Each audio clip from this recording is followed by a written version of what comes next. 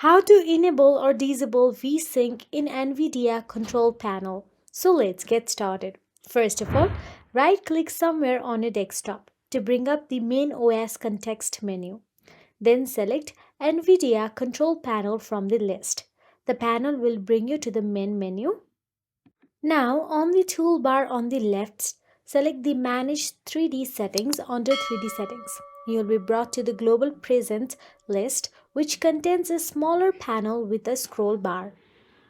Then scroll through the settings until you reach Vertical Sync. Now double click on the value that's showing to the right of Vertical Sync, and to turn on VSync put the value to on, to turn off VSync set the value to off.